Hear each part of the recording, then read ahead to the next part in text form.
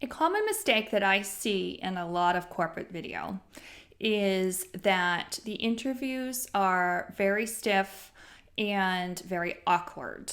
And so I'm trying to, with this video, maybe cut off some of the problem areas that I see happening and how we have learned as an organization to help our clients overcome that. Because the beauty of video is that your audience should get a sense for having met you, even though they haven't met you. And so if you or someone on your team is coming across this video kind of stiff and awkward and not like themselves at all, then here are some ideas or some ways that we really think that we could help kind of push through that and get you the best quality possible.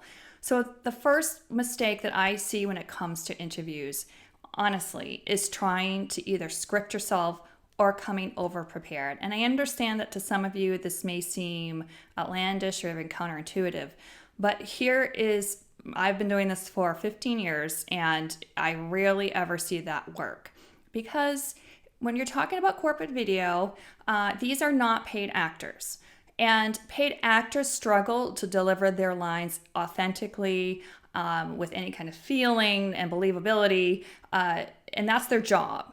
So if your people are not paid actors, I can promise you they're going to struggle with trying to remember lines. Another problem area that I see with interviews is when people over prepare. They come with a list of talking points. Why does this become a problem? Because people get stuck in their head. So one thing I have to tell my clients all the time is that it's not your job to worry about what you're supposed to be saying. It's my job.